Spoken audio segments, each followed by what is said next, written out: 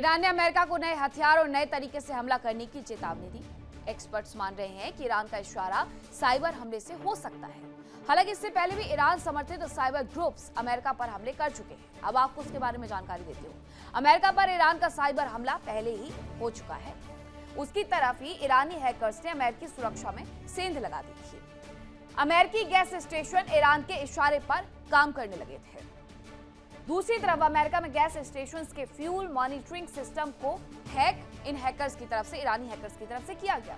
ईरानी hackers ने अमेरिकी ATG system में भी सेंध लगाई थी। अमेरिका में गैस रिसाव का संकट इसकी वजह से मंडरा गया था। ईरान को कहीं जाने की आवश्यकता नहीं है। ईरान अपने घर में बैठ करके अमेरिका में तबाही ला सकता है अपने प्रॉक्सी और इन जैसे हैकर्स के माध्यम से। जंग के दौरान ईरान अमेरिका को दहला सकता है। अमेरिका ये बात बहुत अच्छे से जानता है। जब उनके आवाज तक, जेडी वेंस के आवाज तक कोई ड्रोन उड़ते उड़ते पहुंच सकता है तो ईरान कुछ भी कर सकता है।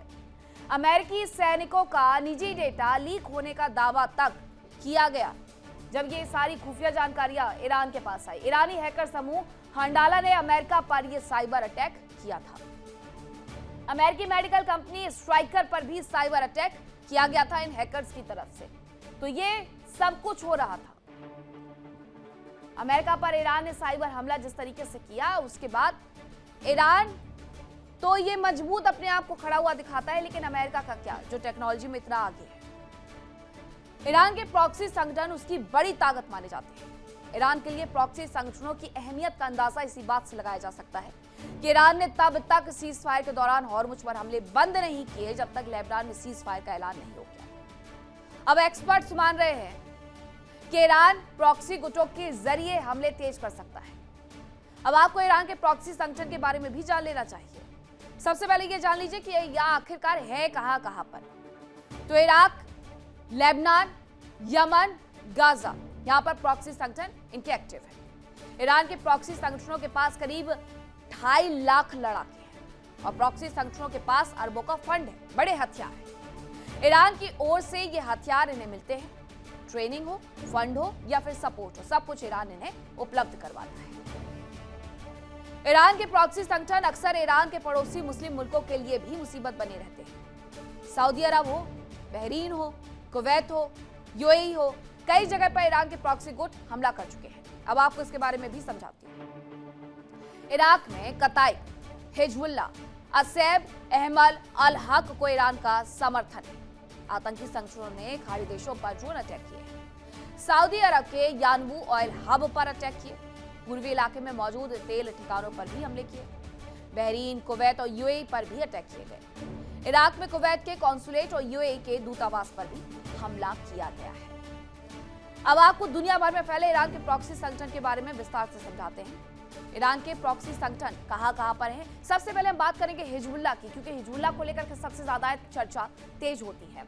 ईरान का सबसे शक्तिशाली प्रॉक्सी भी है हिजबुल्लाह, और ये लेबनान में सबसे ज्यादा सक्रिय है, जो अपनी पार्टी तक बनाकर, राजनीतिक पार्टी बनाकर के बैठा हुआ है, चुनाव लड़ता है। लेबनान की सियासत में अहम भूमिका निभाता है हिजबुल्लाह। ईरान से इसे मिसाइल्स और हथियार मिलती है, फंडिंग मिलती है, सपोर्ट मिलता है। गाजा में सक्रिय फिलिस्तीनी आतंकवादी संगठन हमास पर भी ये आरोप लगते हैं कि वो सपोर्ट प्राप्त ईरान से ही करता है। ईरान से वित्तीय और सैन्य मदद मिलने की खबरें लगातार आती रहती है। हूती यमन में मौजूद है। यह सशस्त्र लड़ाकों का गुट है और इन्हें भी फंडिंग और सपोर्ट इन्हीं की तरफ से दिया जाता है, ईरान की तरफ से। लाल सागर में जहाजों पर ये अक्सर हमले करते रहते हैं। इजराइल हमास युद्ध के दौरान तो खास तौर पर हिजबुल्लाह और हूती की भूमिका देखी भी गई थी। तो ये हमले यहां पर करते रहते हैं। सऊदी अरब के खिलाफ एक्टिव रहते हैं हूती।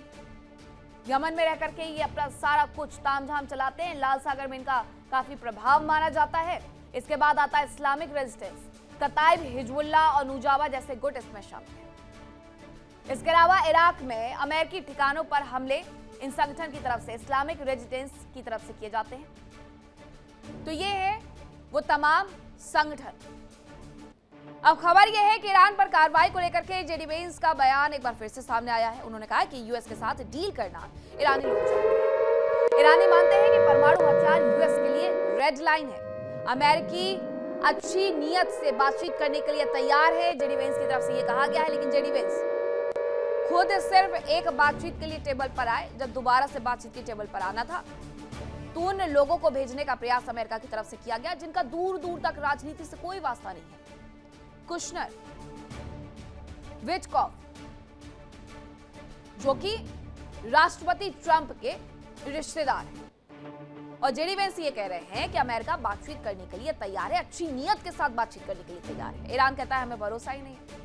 जब कोई राजनीतिक व्यक्ति ही नहीं भेजा जा रहा है तो हम किससे बातचीत करेंगे? जेडी वेंस का कहना है कि यूएस के साथ डील ईरानी लोग तो करना चाहते हैं, लेकिन ईरान का रुख, सरकार का रुख क्या है, ये जरा देखना होगा। ईरान से तनाव पर राष्ट्रपति ट्रंप का बयान भी सामने आया। उन्होंने कहा कि हम जल्द ही जंग को खत्म करने जा रहे हैं। ये डोनाल्ड ट्रंप अपने बयानों के लिए मशहूर हो चुके हैं, अमेरिका के राष्ट्रपति होने से ज्यादा। उनका कहना है कि 48 से 72 घंटे में हम बड़ा हमला करेंगे। फिर वो कहते हैं कि ईरान बहुत जल्द डील करना चाहता है और ये युद्ध समाप्त हो जाएगा। आगे उन्होंने कहा कि जल्दी तेल की कीमतों में गिरावट होगी। डोनाल्ड ट्रंप ये तमाम बयान इसलिए भी देते हैं ताकि बाजार में सब कुछ वो अपने हिसाब से कर सके, और उनके बयानों की वजह से बाजार सबसे ज्यादा ऊपर नीचे होता है। उन्होंने ये बयान दिया कि 48 से 72 घंटे में हम हमला करेंगे। तुरंत उनका एक बयान आता है कि ईरान के साथ बहुत जल्दी डील करेंगे और जल्दी तेल की कीमतों में गिरावट होगी। दुनिया भर में तेल का संकट गहराते जा रहा है क्योंकि डोनाल्ड ट्रंप हॉर्मुज में नाकेबंदी करके बैठे हुए हैं। इसकी वजह से वो तेल लोगों तक पहुंच ही नहीं रहा है, देशों तक पहुंच ही नहीं रहा है। और ये खुद अमेरिका का मानना है, सेंटकॉम का मानना है कि उन्होंने 1-2 नहीं बल्कि 79 जहाजों, कमर्शियल जहाजों को वापस भेज दिया या अपना रास्ता जबरन बदलने के लिए मजबूर कर दिया है। लेकिन डोनाल्ड ट्रंप अपने बयान में कह रहे हैं कि तेल की कीमतों में गिरावट आएगी क्योंकि हम बातचीत कर रहे हैं और हम जल्द से जल्द डील करना चाहते हैं। हालांकि अमेरिका भी इस वॉर से थका हुआ नजर आता है, जो अब तक का सबसे बड़ा नुकसान झेल करके बैठा हुआ है। इसलिए वो खुद भी नहीं चाहता कि दोबारा से इस युद्ध में उतरे, ये जंग हो और फिर से सब कुछ तबाह हो जाए। मिडिल ईस्ट में जंग हुई, तबाही हुई, युद्ध विराम भी हुआ, लेकिन समझौते का प्रयास भी जारी है। दोनों ही पक्षों की सेना एक बार फिर से तैयार भी है। ट्रंप ने एक बार फिर से दोहराया है कि ईरान समझौते के लिए नहीं माना तो दोबारा से हमला कर सकते हैं। इन सब के बीच में अमेरिका से नए हमले की संभावित तारीखें भी आ गई हैं। कौन सी है वो तारीखें हमले की, जरा वो भी देख लीजिए।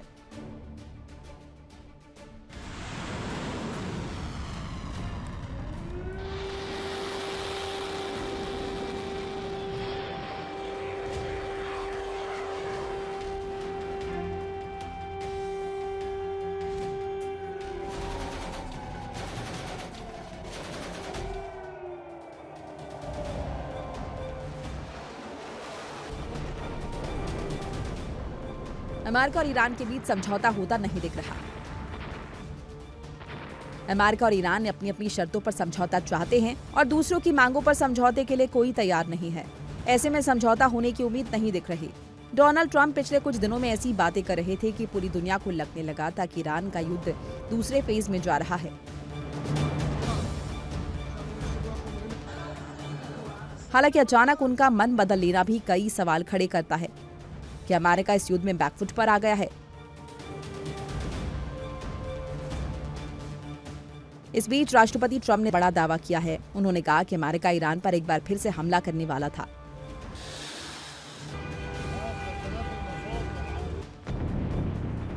लेकिन सहयोगी देशों के कहने पर उन्होंने टाल दिया। हालांकि इस पर अमेरिका के सहयोगी देशों का कहना है कि उन्हें इस बारे में जानकारी नहीं है। पश्चिमी मीडिया के मुताबिक ट्रंप ने पत्रकारों से बातचीत के दौरान कहा कि वो उम्मीद करते हैं कि उन्हें युद्ध न करना पड़े, लेकिन ईरान को एक और बड़ा झटका देना पड़ सकता है। उनका कहना है कि शुक्रवार, शनिवार, रविवार या अगले हफ्ते की शुरुआत में ईरान को बड़ा झटका मिल सकता है। हालांकि ये एक सीमित समय के लिए होगा। ट्रंप के बयान से ईरान के साथ फिर से युद्ध शुरू होने की आशंका बढ़ गई है। ट्रंप चाहते हैं कि ईरान अपना परमाणु कार्यक्रम पूरी तरह बंद कर दे, जबकि ईरान का कहना है कि उसका परमाणु कार्यक्रम बिजली बनाने के लिए है, परमाणु बॉम्ब बनाने के लिए नहीं। ट्रंप ने कहा कि गंभीर बातचीत चल रही है, लेकिन इसके साथ ही ये भी कहा कि अगर ईरान ने समझौता नहीं किया तो पूर्ण विनाश हो सकता है।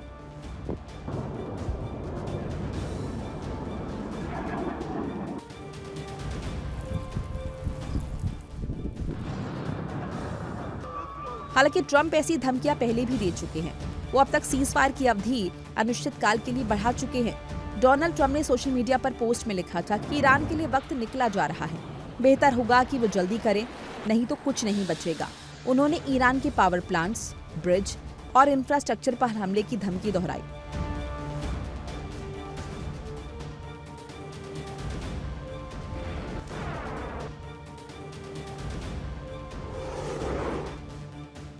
Bureau report, India daily.